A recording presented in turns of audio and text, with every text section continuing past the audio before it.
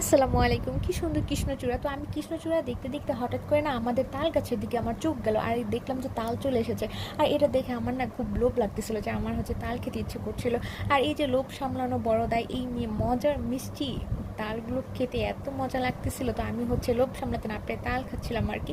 আর এই যে কিছুদিন আগে দেখেছিলাম না যে সূর্যমুখীর বাগান। তো এইখানে আমাদের বাসার পাশেই দেখলাম যে অনেক সুন্দর একটা সূর্যমুখীর বাগান হয়েছিল। তো আমি কখনো আসলে দেখি নাই যে কীভাবে সূর্যমুখী থেকে তেল হয় আর কি। তো ওইটাই আজকে আপনাদের সাথে শেয়ার করবো। আমিও যেহেতু প্রথম দেখলাম আর কি, তো ভাবলাম যে আপনাদের সাথেও শেয়ার করি। তো এইখানে এই মেশিনটার মধ্যে ফার্স্ট কী হয়, সূর্যমুখী যে বীজগুলো থাকে ওইগুলো দেয়া হয়।